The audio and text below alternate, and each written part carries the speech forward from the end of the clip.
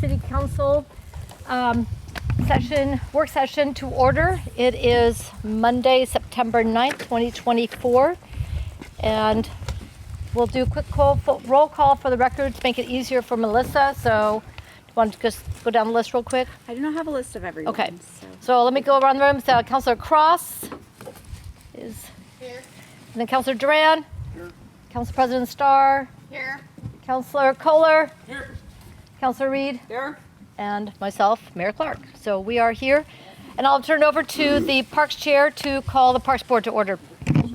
All right, it is 6:02 and I'll call the Parks work session to order. Present, let's see, Gwen? Here? Lisa? I'm here. Bob? Here. Clay? Yep. David? Yeah. Matt? Yep. Tanya? Yes. I'm like, I know you're here. And then, you're not official yet, right? And then Liam. Youth Liaison Liam, and then Mike Penelon. Who's not official yet? Jill's not here. Yeah, Oh, you started? Yeah, we did. yeah. Oh, okay. I got voted in on the 22nd last month. Well, I didn't know when your official start date was. Oh. So we are all present or accounted for. All right, fantastic. Well, this is one of my favorite work sessions each year. We get to hear about some of the projects that have been going on in our parks. Here are some updates from our park staff and our parks board. This is one of our most public-facing public works that we have in the city, because people in the 19 parks across our city just love to be able to go and spend time outdoors. And of course, Kaiser Rapids being the big one. There's a lot of work that's been going on around here. Maybe a little project up the road. You might have seen it, you know, kind of that green rolly thing. So with that, I'm going to turn it over to Robert Johnson to give us an update on Kaiser Rapids Park. All right, thank you, Madam Mayor. Thank you all for being here tonight. I would like to show you in this park a couple fun projects that we've been working on and overseeing this summer. One of which, right next door to us, is pickleball courts. There's 6 designated pickleball courts that are being put in there on a concrete slab. Fencing contractors were just in there about an hour ago starting to put different clamps on to put up the chain link fence. It's going to have a 7-foot tall black vinyl coated chain link fence all the way around it. 6 designated courts with divider fences in between each one to keep balls out of play from each other. I know Clay's really been looking forward to this thing opening up. I think he's challenged this entire crew here to a game or something soon, right? Or teaching lessons maybe at least. It has its own designated parking lot, because parking is like non-existent here when it's under full use. So we gave it some parking, and I'm pretty proud of it. I think it turned out pretty sharp so far. It'll be done in about another month, and I know there's a lot of people that are eager and ready to get out there and get playing on it. So we'll start with that, and then I think we should all probably at that point get in our vehicles and start carpooling, and we can drive over to the artificial turf fields and park on the new gravel parking lot that's there, and then we can open the gate and all walk in and take a look at that together. And then from there, we're going to go up to Kaiser Little League. For access reasons, and there's probably some locked gates, we should probably all park on the gravel parking lot there and walk down the main quadrant area and take a look at whatever it is we're looking at that site. And then we'll all go to Ryan J. Hill Memorial, and that's where the Gold Star Memorial site is supposed to be constructed here in the near future. So we want to take a fresh look at that and see kind of the before and after of that project. 2 places you can park there: Panera Bread or Kaiser Permanente. If it's, I don't think it's still open this time of day, so you should be okay to park on either side. So yeah, with that, finish eating and we can just walk over here to the pickleball courts when everybody's ready. Good. Thank you. You bet. Pickleball folks, they have their own place to play, and they're not looking at cross striping on the ground. That gets really confusing, which is what happens a lot of times if you have a tennis court and try to play pickleball on it. And more parking, which we need big time. So that was a huge addition here. And we didn't have to take down any of our trees. They get to stay in between the two, so it just complements both parking lots. Does a little bit of shade. We're going to go 2-tone blue on the courts, just to kind of keep accenting our blue colors down here, kind of Kaiser's colors. Kaiser blue. Did you talk to Hirsch about that? This is not orange or not Oh, green and green? yellow. No green. No green and yellow. Schedule tournament. Not sure yet how that's going to work, to be quite honest with you. Are we going to have tournaments here? Pickleball. Eventually, it's a source of revenue. See what the public wants, I guess. What they're asking We already for. know what the pickleball is.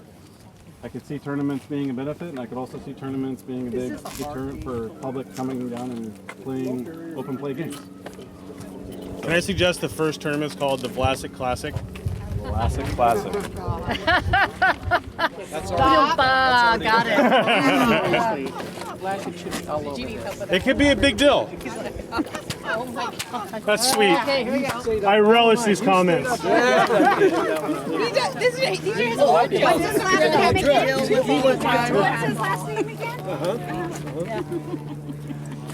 Anyways, any questions on those? What's going to be back here in this alleyway? Just grass. Yeah. Yep. Cool thing is with this fence, the sand volleyball courts, they always request that we to build a fence right here to stop the balls from rolling off in the lava. There you land. go. Well, here's your ball stop for this side at least. Don't have anything on the other side yet, but hopefully not. I really think it'd be a long hit to get that over that far. Not impossible, but very rare. And there's an entry gate on each court on that Yep. side. Each court has its own entrance gate, so you're not having to cross play to get down to another. Yeah. And then the way you get in between each court, because oftentimes if you're playing here and there's nobody on the other court, a ball goes over, you don't want to have to go around. So there'll be an opening at the net section where you can get into each court. From the Correct. other All the way down the center is an opening. But it's also the least likely place for a ball in play to want to try to cross. Very, very well thought out. A lot of input from local pickleball players on this that we compiled a list of wants and tried to really listen to them. So I don't myself play. You mean yeah? Yeah. So.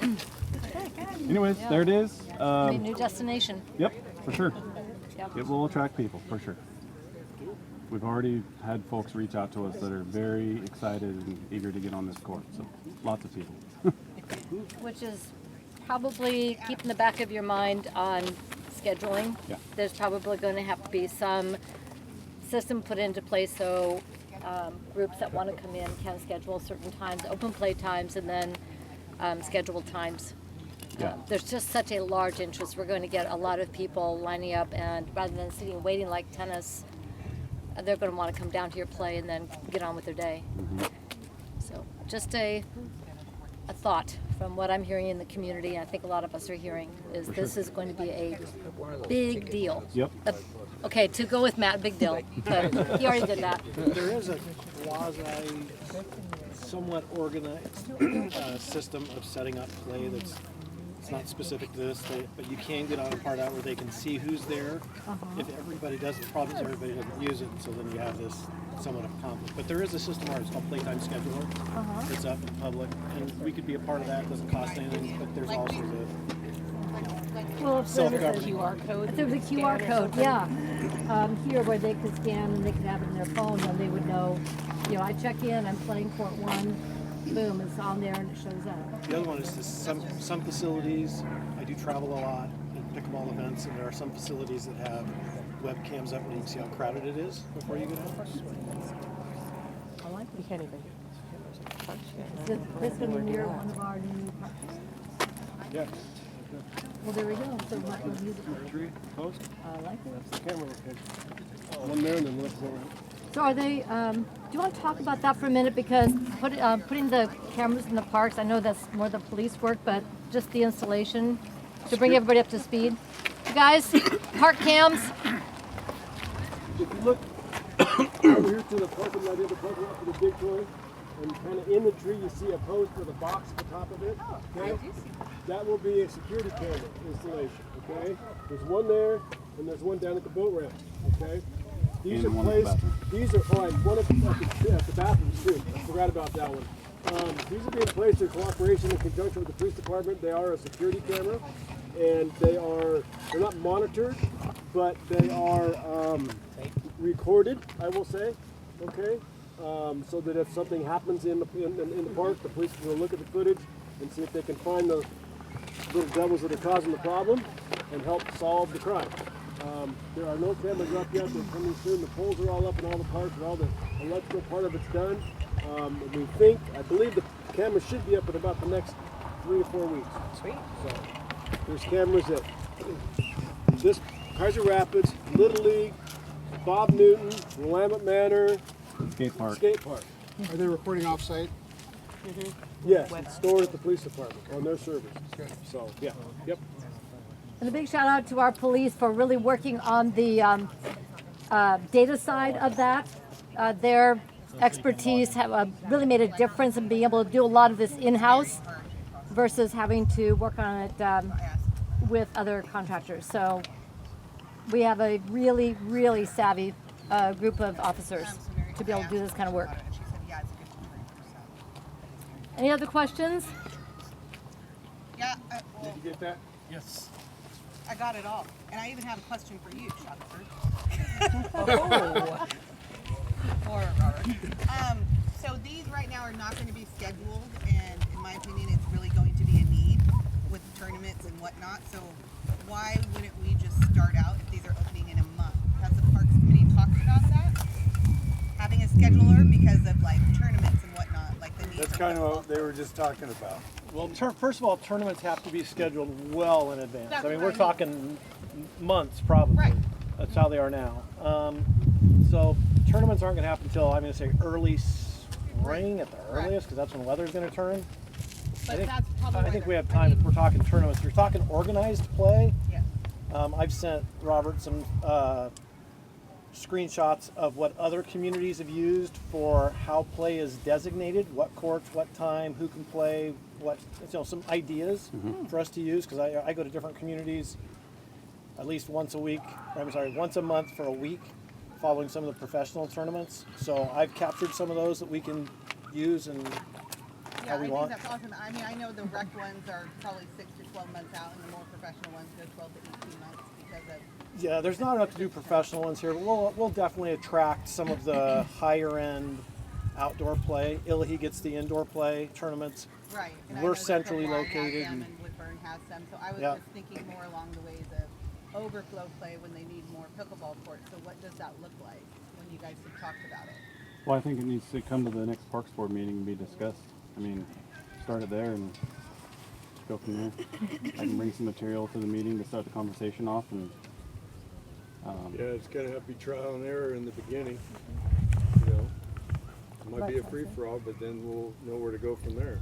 So typically they put up a post for each couple of courts with, you put your paddles up to see who's next up, and that's kind of how they self-monitor play. When you're done with your game, you're off. The next group comes on. If there's nobody waiting, you can keep playing. Yep.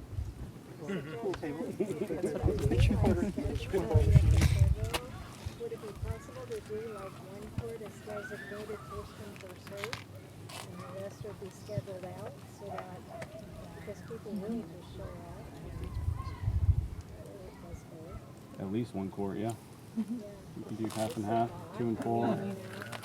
Or have a community calendar to where people can see, hey, this is open player, this is adult player. I mean, just so people aren't coming down here and feeling like, I didn't get to play today. It rotates in and out really quick. I mean, if you're limited to one game to 15, let's say, I mean, that game can be done in no more than a half hour.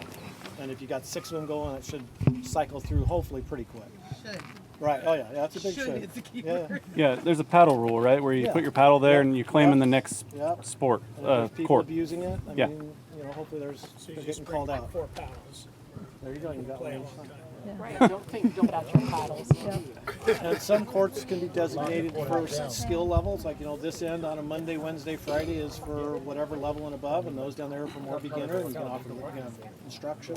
There's all kinds of ways to do it. Yeah, lots to think about. All right. So that's going to be a great conversation for the Parks Board to bring and work with staff on recommendations for how we can structure this. And I wouldn't go with free for all, but it will evolve. Yeah. And that's what I'm getting from what I'm hearing here too. It'll evolve a bit, I think. Yep. All right. Shall we go to our other new facility? Yep. We'll stand on those. As you can see, we have two fields. This field, I'm starting there and I'm doing this a particular way. All right. This field is primarily the soccer field. The permanent striping you see is for soccer, okay? This field also has tick marks in it to be striped for soccer running across the field for the younger kids, U12s, okay? And that's the only tick marks in this field for additional striping. Those lines will be painted and have to be maintained as they wear off, okay? This field has football and soccer on it, permanent striping, and tick marks for rugby and lacrosse, okay? We did not put the 12U tick marks on this field for soccer going across this way. We felt with the football and everything, it just got too busy, okay? So that's why we didn't have them here, but this has rugby, lacrosse, football, and soccer. This is just soccer, only two directions, okay? We have the nets up. Yeah, they're going to put the nets up to keep the balls from flying over.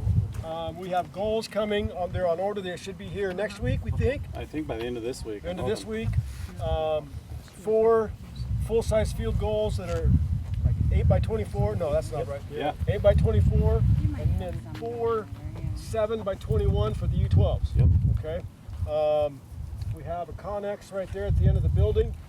That's temporary storage for the equipment necessary for these fields, both the field equipment and the maintenance equipment, the gator and the, I'm going to call it a rake, but it's a lot more than a rake. It's to treat and groomer, that's the right term, the turf itself, okay? Scoreboard, lights, they're all app controlled. The lights can be on one field or the other field, or both fields all at once, of course. And they do have a dimming feature like we talked about at the council meeting in the parks rules. Lights off or dim at 9, off at 9:30. Final completion date for these fields is September 25th. Ribbon cutting on October 1st. What ball. time on October 1st? 5 o'clock. 5 o'clock. Bill, do we have, where's the second scoreboard? There isn't one. Just one. Just the one. It was discussed during the design phase, and from everybody we talked to, much to my surprise, everybody said one scoreboard's fine. Who's Soccer everybody? doesn't use the consultants, the field turf people, soccer folks. So everybody said everything, one was enough. You know, that's what it was. Soccer uses Scoreboard. So the Sir. only place you'll find, I've talked to a lot of people that are professionals in soccer and stuff, and they say this is very, very well done.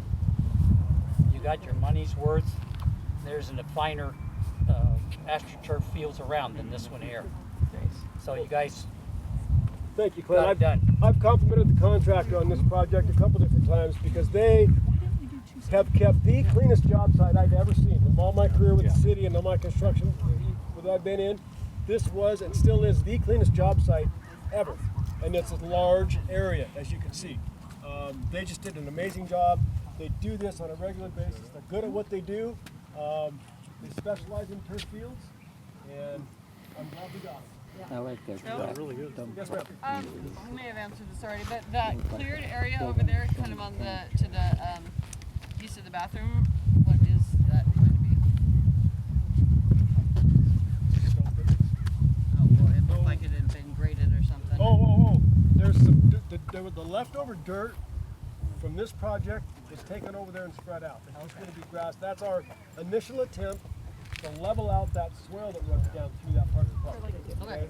We knew we had dirt generated that we needed to get rid of. That was a cost-saving measure. It was a lot cheaper to move it there than to haul it away. So, and kept it on site. Might as well use it. So, yeah. Well, and for those who haven't seen the pictures from the lights, it is really remarkable how directed they are. The light pollution, there just isn't. That building right back there, in the aerial shot with the lights on, you can barely see that building. That's how little the lights spread. We've told that all along. And I've seen some shots of some older facilities. Woodburn had one. And theirs is not a lot older, but I think this is even tighter. I mean, it's really amazing how the LED lighting just really stays where it's supposed to be. So that was something that the neighbors, West Kaiser neighborhood, and the folks along here had questions about, and those pictures really answered the question. Knowing that the lights that they were talking about, they were really talking about the noise, that the activity end at a reasonable hour, so we can have quiet at the park and in the neighborhood, which makes sense, especially with the other amenities already being closed down. So we're really looking forward to this. Big thank you, Robert, Bill, Adam, great job in managing this project for the City of Kaiser. Well done. I want to say play ball, but that's the other one. Any other questions on the turf field project? Does everybody know you here? You guys, because you're going to be, we're just been following you guys around. Yeah, just And we also have Taylor here too. Yeah. Wait, oh yeah. Yeah, and remind me. Bobby. So Tara? Yeah, Tara and Bobby and Rebecca and Ryan. So these are the folks with We're the Salem Women's Football Association. Mid Valley Soccer Club. But now, collectively, we are the Kaiser Community Fields Association. So Join. join. There is a new separate entity. We were recruiting Courtney. Yeah, I saw that. Yep. She's also recruiting my wife. So yeah, so there's a new entity. So going forward after this week, instead of referring to the management as Mid Valley and Salem Women's Football, it will just be the Kaiser Community Fields. So keeping things simple, keeping things open. There's room for growth. Doesn't limit it to just this, but that's where we're starting, of course. So I thought everybody would like to hear that development. You've all been working together to find a model that's going to help serve the players, serve the community, and make sure these fields are managed in a way that maximizes their use and the responsibility for it. Thank you for the effort you're putting in. Again, thank you for working with city staff to put the agreement and the structure together to manage these fields. Any other questions? All right, where are we going now? Kaiser Little League. Kaiser Little League Park. Yep. The other. Everybody's just curious, what's it looking like? This summer, it's stayed a lot greener than it had last summer. So I think they've kind of finally worked through some of the irrigation issues they were experiencing. Maybe Clint helped them on that. They get free water though, right? Yeah. Yeah, there's a They lot. should be green all the time. There's a lot of common area that they had. Matter of fact, they just started watering them in the last 3 weeks. But all this stuff, like the flowers up there, they killed all those that go up to the clubhouse. Those haven't. This whole section here has never been watered all summer. Yeah, it's crazy. Same thing on all these other common areas. How do the fields look though? I mean, overall, Fields look great. Fields look great. So Yeah. for the players, they're doing a good job. Yeah. That's what I've heard too. Yeah. The fields are awesome. The players are not complaining. It's a little bit of the detail work on the perimeter or maybe walk-through passage areas that maybe could use a little. It's like those 2 trees down there because they never watered along along the parking lot. It killed all those 2 trees because they haven't watered it in 3 years. Is that their job to do, Robert, or is that the park? Is that us? Is that the city? Irrigation or tree work? Well, the tree work. Tree work, it's on them ultimately. Oh, it is. Yeah. Yeah. There's been a lot of rebuilding as well. A lot of these facilities have had updates or paint or had to be completely rebuilt. Yeah. The roof. They did some roofing. They did do a lot of tree work actually. Last year, they had a lot of tree work done up here. A lot of pruning, a lot of hazard removal, some things limbed up. It was just like you could hardly mow under them, So, I mean, if you took a look around, yeah, there's 2 trees that died there, I think, this winter, but overall, the trees don't look horrible for the most part. What's the plan for ADA access? I know that was a conversation for a really long time, but I know that's coming up. The other thing too is we just left a beautiful park, right? Like that's the quality that Kaiser, exemplifies. And I come in here and this isn't it. So this right now where it's at looks great. but I've been here throughout the years, and I know throughout time, and it doesn't look like this consistently. And so that was where I wanted to make sure that our eyes were on this park because it doesn't show the quality that we have in Kaiser. Is what I feel. I agree. Yes. But it has somebody else.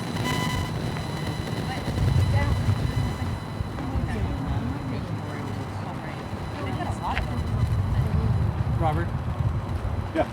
One of the things she brings up is the handicap, and I understand what the problem is with handicap, because Bill and I have talked about it a lot of times. But like this real fine stuff here, Little League put this real fine stuff, and so you could walk on it, and elderly people in wheelchairs could wheel down through it.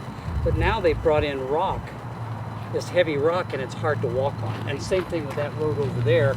That was all this fine stuff, so it was easy to walk on. And you, at least that's what you can do for the handicap, is do some things that makes it easier for them to walk on. Does this meet the requirements? Well, I bet it does. It's wide, it's hard. It's on the borderline, I would think. Grade-wise and all that, yeah, it does. I don't know The how. surfacing could use some improvement, but the grade-wise, until you get right there, Right. just don't go past there, you're good. The other thing is just the quality of the bleachers. There's a lot of safety concerns on the backs of them. This is exactly where toddlers' heads are. Nail their forehead or face right on there. So just needing love is what. Nothing like a sample wreck. Yeah. So anyways, and I'm not trying to rag on the park here, but I walk by this pretty consistently, and it's not the quality that I see in the other parks. And so that flags a concern for me. The one big difference, and I need to say everybody understands, if you don't already understand this dynamic, the city has virtually never had any responsibility, direct responsibility, for the maintenance and development of this facility, ever. It has always been a volunteer organization. One baseball group or another, okay? Until 3 years ago. And that's when For Love of the Game took over, okay? I think they've done a pretty darn good job. Has it been perfect? No. Has it been better than it was? Yes. Has it been better than it was 7 years ago? A whole lot better, okay? In my opinion. Clint, you may disagree with me, okay? But I know what I saw, and I know what I walked into, and they have done a pretty decent job in my opinion. Not perfect, but the one thing that Adam and I talked about this recently, we at the city are not getting complaints. Okay? If there's complaints out there, and there very well may be, and I'm not going to say there's not. They're not coming to us. This is a city park. If there were serious complaints, I think they would get to Robert or myself or Adam, the council, Parks Board, somebody. We're not hearing them. That tells me things are okay. Okay? So, again, not perfect. Could there be improvements? Yeah. Could things be done a little different? Probably. But, I mean, park looks pretty good to me.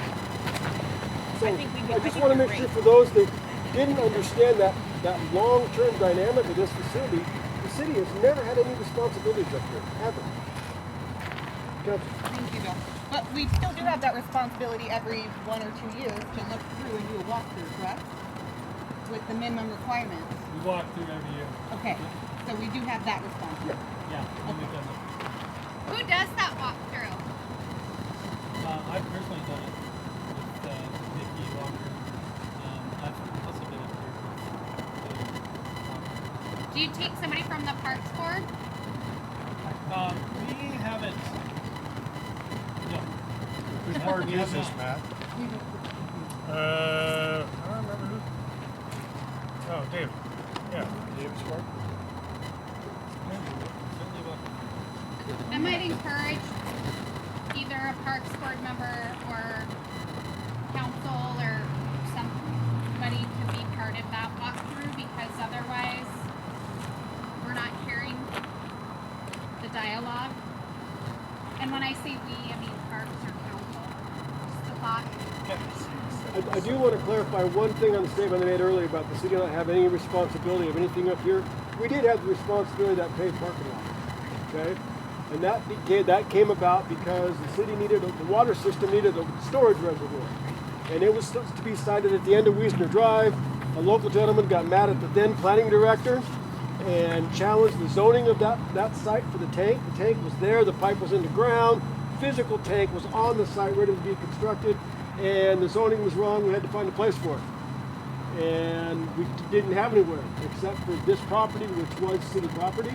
Worked with the then Little League group to come to an understanding and agreement that if you let us, it's city property, it's city park, but we respected Little League, okay? Because they built this place, all right? If you let us put our tank there, we'll pave the parking lot for you. Well, that's how that parking lot got paved. So I remember because I was on the yeah. I've got a question. So, I know that we just had a walkthrough with our risk management for our insurance. Did that walkthrough for risk management purposes include like Kaiser Rapids and the Little League where we have most of the public at? I don't think so. Okay, so that might be a good idea. I might encourage a special walkthrough by risk management for both of those parks. And then, since it is a city-owned park, and I heard a question about ADA, and I may have walked away because I wanted to know about how would somebody in a wheelchair get down that hill. Really fast. What? Really fast. Who is responsible for ADA if somebody comes here and can't get somewhere, and then they sue us? Right? Can I just want a definite answer. Well, what they do, they have a gator here, and if somebody needs help, they pick them up in the gator and take the field. There's also options. And does that meet the ADA requirements, would be my question. It is an acceptable ADA plan in place of a compliant facility. Said who? The feds. Okay? Parks have And some. when did that come through? When did that, like, permission? I don't know. It's been looked at years and years ago. Okay. Okay, well that Parks- years and years ago is different than it is Okay, today. So let's hear the rest of the answer. Parks have, in general, parks have a freebie. Okay? Exception? Exception. That's the word I'm looking for. Until you make a change, your park is fine. It may be the worst you've ever seen, but until you make a change, the ADA law does not require you to make it compliant. Okay? To my knowledge, that has not changed with regards to parks. And we check into this on a fairly regular basis. So to answer your question, the road over there is a lot easier for handicapped people to come down because it's a slow, gradual from the parking lot all the way down to the four fields down below. And the organizations that have managed this facility over the years have been very good about providing access for those that need it, okay? My dad was in a wheelchair. I brought him up here to watch my boys play baseball. They let us drive down here and drop him off and drive out, okay? I would assume that's still happening to some level, okay? That's the kind of stuff that the groups that manage this facility and have done it over the years for us recognize how important it is to get everybody here. I talked with the group, the Challenger Division of Little League here 5 years ago, and they really wanted to hold games here, okay? And we talked about it, and we had a plan to pour a concrete sidewalk along the edge of these two fields. There were volunteers going to do it, and all this, and I met with the folks, and we came up with a plan that was acceptable and compliant, and all of that. And they decided, no, we didn't need all that. Our kids don't need all that. We'll make do with what we have, and they did. Didn't hear from them again. So, Bill, can I follow up with one thing though? Then I'll go to Councilor Kohler. So with this park is now in the park's master plan. Up until the this master plan, this park was pretty much just a bookmark going, we have it.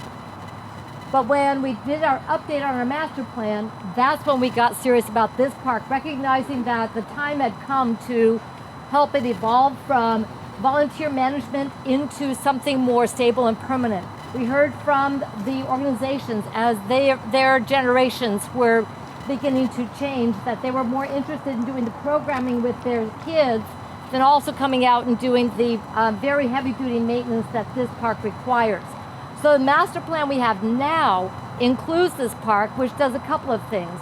One, it now outlines projects that need to be done, makes us grant eligible, which we were not, and it opens up opportunities if we want to do expansion for SDCs or other funding sources. So when we went to the professional management, that was another step toward turning the parents loose to be able to do the programming, going to the practices with their kids, coaching, knowing that there were people here on a regular basis to do the mowing, the watering, etc. But I'd like to hand this off. Stormwater, that's drainage, etc., etc., has been an issue with this park for forever. And with a stormwater division now, there's been conversation about having, and they've done a walkthrough here looking at what it might take, what this park needs. Can you talk a little bit about that? I haven't walked it for a while. We know there's some areas that need some attention, okay? It's a fine line whether stormwater funds can be used here or not. This is a park. It's park drainage. It's not stormwater necessarily. So we've got to find that balance. Staff-wise, we can use the resources and all that. The funding piece is what I'm talking about, okay? Because stormwater fees are a dedicated fund. But there are some things that need to be looked at. Some stuff that I actually helped put in the ground years ago that down here on the bottom that took drainage from this end and brought it around and tied it into the big field down below. That pipe's got some issues. We know that. We learned how to lay that kind of pipe on this park, okay? I'll put it that way. So it's not perfect. There's some low spots. There might be some crushed pipe. So that needs some attention. We can help with that. I know that the outfall and the main drain that goes out of the facility is functional and good. So it's just a matter of getting the water to that point to get it out of here. Yes. We're gonna walk. I've asked Dan and Kyle to walk with Clint and Robert and Bill and I within the hopefully the next week, maybe. Bill? Yes. Your predecessor, Rob Kistler, has a drawing somewhere in your office. I have it. Okay. To put a drain along the fence. The main problem with the water is the parking. And it's like a river coming down that road over there by the church. And he had a drawing that I thought was excellent that would tie all the way around and tie into the drain we already have set up down there. Be simple and easy to do. That was then. This is now. You can't just drain the water like that anymore, Clint. We have to treat it first. If we pave that parking lot, I'm not saying pave it. If we pave it, we have to treat the water. We have to. We can't just drain it. If it's coming down across the gravel, okay, maybe.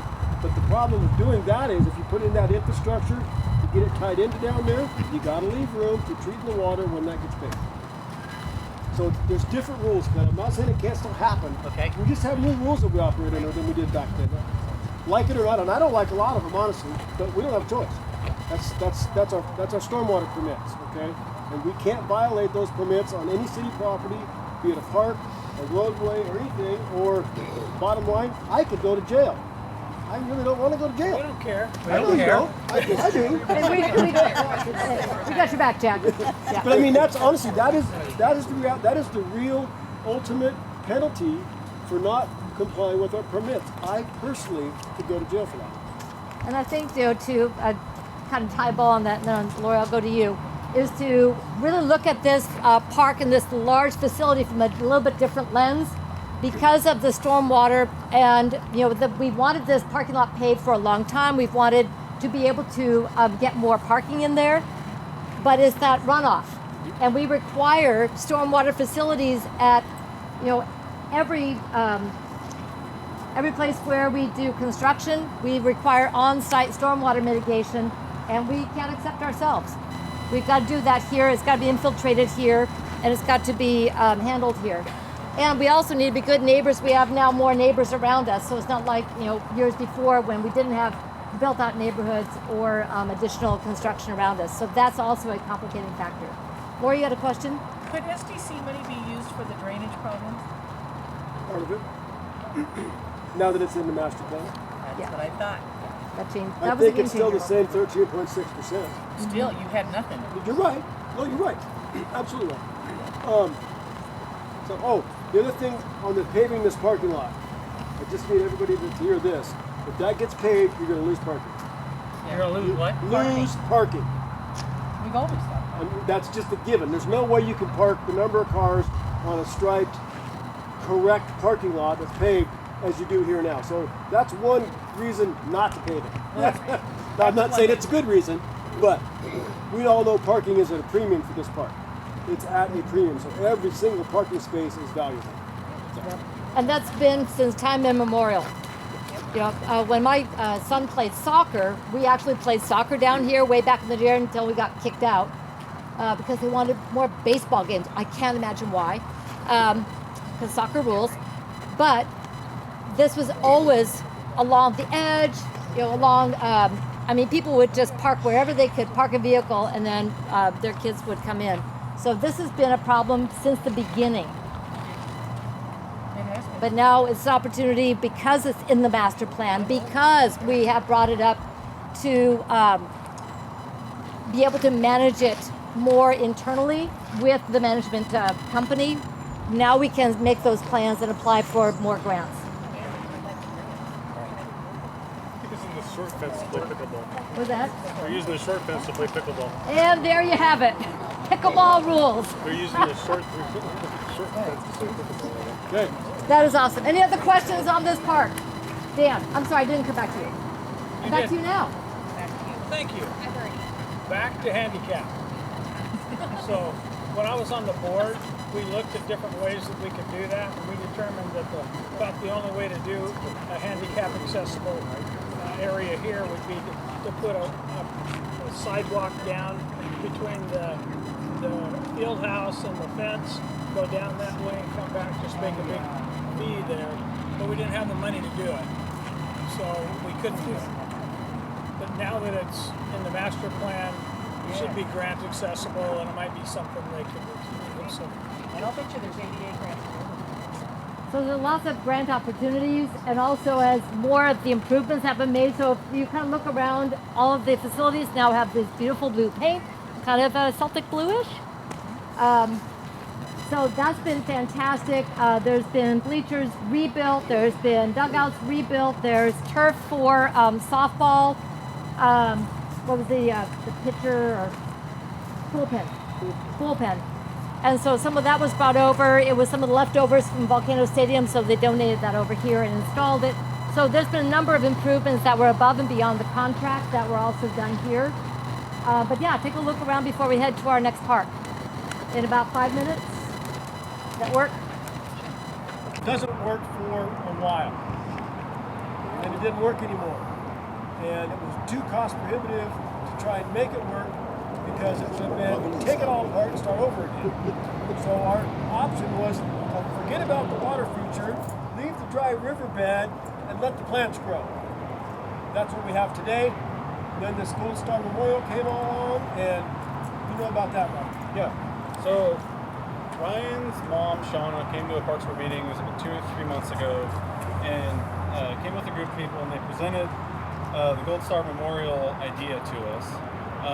They were very kind in their conversation, saying, you know, we could probably have it placed somewhere in the park around the existing landscape. And it kind of sparked a thought and idea is like, hey, we've got this centerpiece here. It's not functioning like it was designed to function. It sounds like you're willing to squeeze in this memorial, but what would your thoughts be if we were to just remove the center island and place the memorial there? And their eyes just like lit up, like glowing, like, well, ultimately that's what we would love to see, but we're willing to work with the city. You know, it's like, hey, this doesn't really have any meaning to us. This does. This is going to become a problem. As this is a giant sequoia tree. You all know what giant sequoia trees become? Giant. Why? This concrete, a few years was starting to give us havoc because of that tree. So I'm all for removing a tree that's going to start creating damage and placing something that's permanent, that has meaning. They do. This is a picture. I think you've all seen this probably at council. Okay. We've got a community of people that are willing to back this project. I've already started talking to folks, volunteers, as far as like removing the island goes. Matt's been talking to people. He's involved in various groups. I think this is going to be one of those that the Kaiser community comes together and gets it done. Does everybody know the history of Ryan J. Hill? Yes. Why this park is named after Ryan J. Hill? Yes. Not everybody? Tell Let's make sure everybody Ryan does. J. Hill is the only Kaiser resident to ever be killed during active duty in the history of the armed services of the United States. His mom came to the Parks Board wanting to name a park or name something for him in the city. And this park was something that was called Kaiser Station Park by default.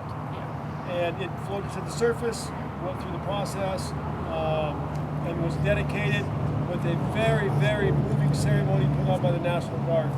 I started organizing it, okay? I'm not good at that stuff. I'm not a party planner, I'm not an event planner, but I knew we needed to do something meaningful. I was working that way, contacted a general, I can't think of his name, who was a Kaiser resident at the time. Hokanson? That's it, Hawkinson. Hokanson. And he heard about it and he took off with it, and his group came in and just put on a tremendous ceremony to dedicate this park. So that's the history behind Ryan J. Hill Memorial Park. His mom, Shauna, is the one that came to the Parks Board about the Gold Star Memorial. Where's the memorial? There is no memorial. Yeah, it's over there. Yeah, it's on the other side. Sign and all that. So that with the two sections, what that will offer is then a walkthrough that will both honor, it will retain that portion that honors Ryan J. Hill, and then open up to this even larger memorial for our Gold Star families. And let's also remember we have 2 points of interest over here. Our kiosk, Marie Dorian and the Japanese terminus. So that's over under that kiosk. If you haven't seen it, please walk over there and look. This was part of the Kaiser Points of Interest Committee, which was founded by Dr. Jerry McGee, and did a wonderful job finding places around town to memorialize our heritage in Kaiser. And you can still, I think there's an app or it's on our website. So make sure you check that out. And I remember the Parks Board conversation about, I think these two things will work very well together. It will be a very, what's the word I'm looking for? Compatible use for these two. So, the Gold Star Memorial does not exist in Oregon. Kaiser has the opportunity to be the first place in Oregon to get this. I think we have to do it. I don't think we have a choice but to obligate ourselves as a community to come together to make this happen. It's going to cost about $150,000. What I can tell you is the demolition of this is already taken care of. My Rotary Satellite Club and the various volunteers that we can pull in, Bob, we're going to get this thing gone. Okay. We're not going to ask the city for anything except for maybe a couple dump trucks to put the rocks in, and then we're going to relocate them. I was gonna say, where are they going? We have plans. So getting this park and this memorial established is a really big deal. And so what I would say is, if in your conversations and you start thinking about the kind of people that want to put their name on something like this, let me know, let Robert know. We have direct lines of communication to Shauna. There's also the website out there that's taking the direct funding in for this thing. But it would be really good if we could get enough momentum behind this thing to actually get this thing under construction next summer. The Kaiser Rotary Satellite Club, as long as I'm involved with it, is going to continue to maintain this checking the light bulbs, doing all that kind of stuff, and just really making sure that it's something that we can be proud of.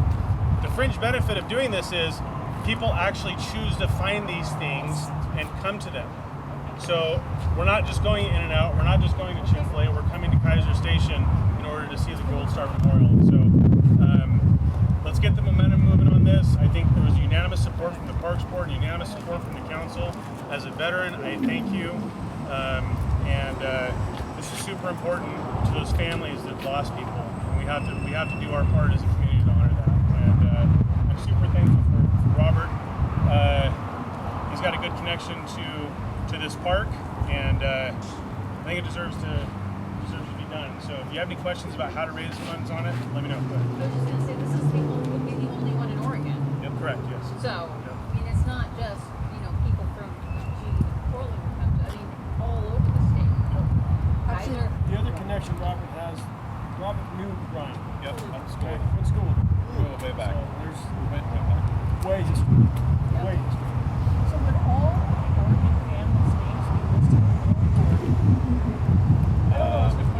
Yeah, I'm not sure. It's, yeah. I mean, that's. We didn't talk about Really do we didn't talk about names because it was more of a general. Yeah. Because it would be more maintenance to upkeep and add and all of those things. I think that's what the conversation was. Yeah. But I'm Yeah. excited to get rid of this. Except for, we need to plant a memorial giant sequoia. open space. That's it. Lisa said her house. Lisa, I will propagate a stick with you. We'll take the stick and you go to the ground. 2x4. There we go. Yep. The 2x4. Memorial giant sequoia somewhere. We'll mill this thing Well, into a and there's- table or something. And there's arborists that might want to come out and pull this thing out and go plant it somewhere else. I think we should try to get that. Well, no, I agree. Which, The street people will lose their minds. So if you can find someone that'll take it, maybe it'll be a Christmas tree. If they get upset about it, we'll carve out some of this place. State Capitol. Yeah. Yep. It could be the Capitol Christmas tree for the state of Oregon. There we go. But I just want to say thank you very much to the council for taking this seriously and being willing to get behind it. It's important for the community. It's important for Robert. It's important for all of us. So thank you for getting behind it. Absolutely. Way to set a good vision Yeah. for it. So check out the kiosk over there. If you haven't seen it before, it's really quite nice. And then across the bridge here is the Ryan J. Memorial itself. So be sure to check that out. Any other questions before we officially adjourn? All right, we will be officially adjourned. Thank you all very much.